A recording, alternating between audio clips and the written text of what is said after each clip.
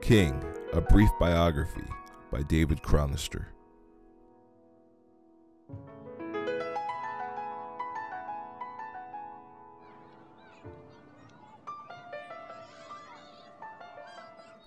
Dr. Martin Luther King Jr. was born Michael King on January 15, 1929. Michael grew up in Atlanta, Georgia during the Depression. His dad, Martin Luther King Sr., was a minister and his mother was a teacher. Michael King was a middle child between the oldest, Willie, and the youngest, Alfred. Martin Jr. was raised in the mostly African-American community in Atlanta. His upbringing was pretty normal. Although his father was a minister, Martin Jr. was skeptical in early life with Christianity. By age 13, he had denied the resurrection of Christ during Sunday school. King graduated at the age of 15 from high school with that same sentiment on religion. He originally wanted to become a doctor or a lawyer. Martin Luther King Jr. entered Morehouse College, skipping 9th and 12th grade of high school. King loved the discussion in the classrooms but had problem with the bookwork. Transcripts showed he didn't get his first A until junior year.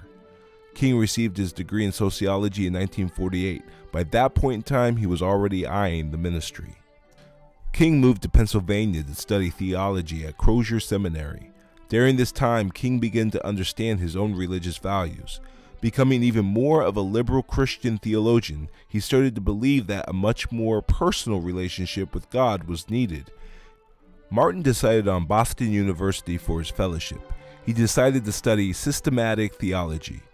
King was strongly influenced by personalism, which he found in leading theologian Edgar S. Brightman and L. Harold DeWolf at the university. King wrote quite a bit of influential papers during this time in his life, including his dissertation entitled A Comparison of the Conceptions of God in the Thinking of Paul Tillich and Henry Nelson Wyman. He received his Ph.D. in 1955.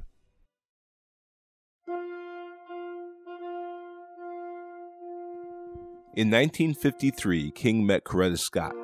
Coretta Scott won a scholarship to the New England Conservatory of Music in Boston. She met Martin, they courted for a year, and married in 1953 on the lawn of her mother's house. After Coretta graduated, they moved to Montgomery, Alabama. They had 4 children in all: Yolanda King, Martin Luther King III, Dexter King, and Bernice King. All 4 of the children followed in their parents' footsteps, working as civil rights activists. It wasn't easy for the children, who often felt frustrated by their father's incarcerations, threats of the family, and constant traveling by their father.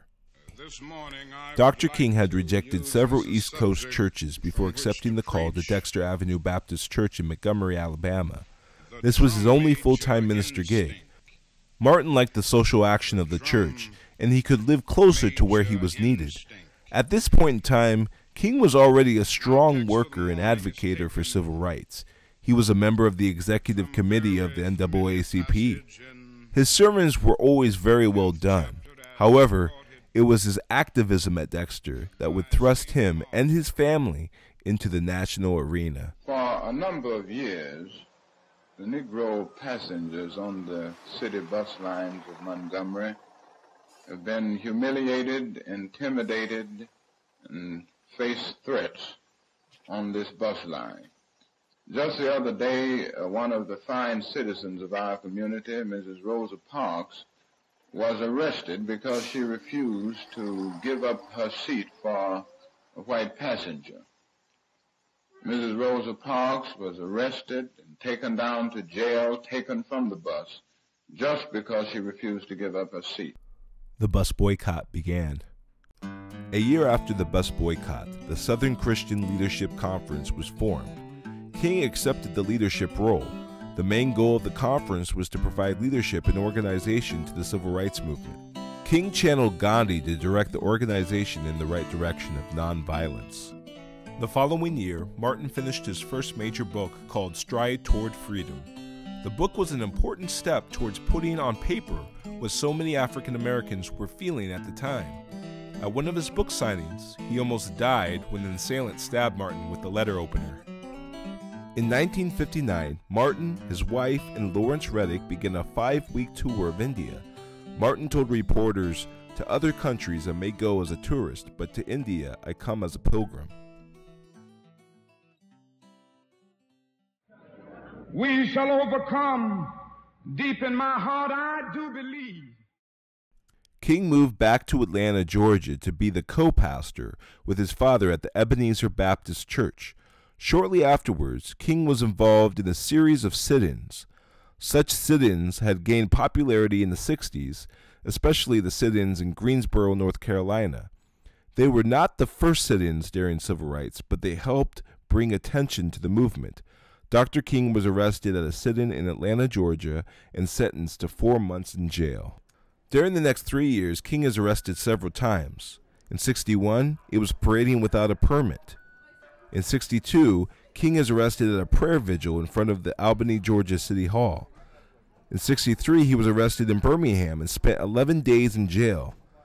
During this time is when he wrote his famous letter from Birmingham jail. Many people didn't want King in Birmingham, including many African Americans. Birmingham was known for being the most segregated city in the South. In 1963, 125,000 people walked for freedom through the streets of Detroit. At the time, it was the largest single demonstration in the nation's history. King marched with Jerome Cavan, United Auto Workers President Walter P. Reuther, and State Auditor General Billy S. Farnham. At the end, King made a speech about nonviolence, freedom, and a dream. A phrase of having a dream would later resonate in a different city. August 28, 1963, a crowd of over 250,000 people walked through the streets of Washington. The March on Washington for Jobs and Freedom was one of the largest political rallies for human rights in the United States history. Rise up and live out the true meaning of its creed. We hold these truths to be self-evident, that all men are created equal. King's speech will go down as one of the greatest speeches in history. In 1963, King won one of the most prestigious awards in the world, the Nobel Peace Prize. He was the youngest man at the time to ever receive such an award. He turned over the prize money, $54,000, to further the advancement of civil rights. In 1964, the Civil Rights Act passed. It outlawed forms of discrimination against racial, ethnic, national, religious minorities, and women. It put an end to unequal voter registration requirements and racial segregation in schools, at work, and public facilities. Strom Thurmond was the most outspoken against the bill. He conducted the longest filibuster in Congress's history. Later, it was found that Thurmond had fathered a mixed-race child he had when he was 22 with his chambermaid. King was, of course, invited to the signing. And he's allowed me to go up to the mountain. And I looked over. King now turned his attention to other social actions. In 1966, he marched against fear through the South. That same year, he moved into a Chicago slum to get attention to the horrible conditions of the poor. In 1967, King introduced the Poor People's Campaign, which gave attention to jobs and equality to the poor. King became an outspoken opposer of the Vietnam War by 1967. He didn't understand the need for such violence and brutal force. He was a peace speaker to the very end. On April 4th, 1968, King was set to speak at the Lorraine Hotel in Memphis. He was supporting the garbage collector strike that had been going on for the past couple of days. Right before making his speech, he was hit by a bullet and later pronounced dead. A conspiracy ensued, leading to the conviction of Lloyd Joyers, owner of a restaurant close to the hotel. James Earl Ray was the assassin. He was sent to prison for a 99-year sentence.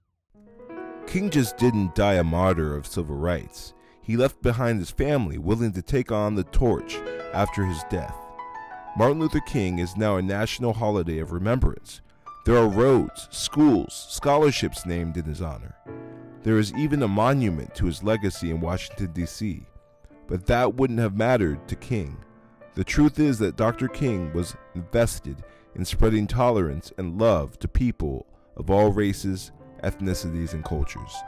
His greatest legacy can be seen in the people he influenced, the country he loved, and to the greater cause of democracy. He will always be remembered as one of the most important social activists America has ever had.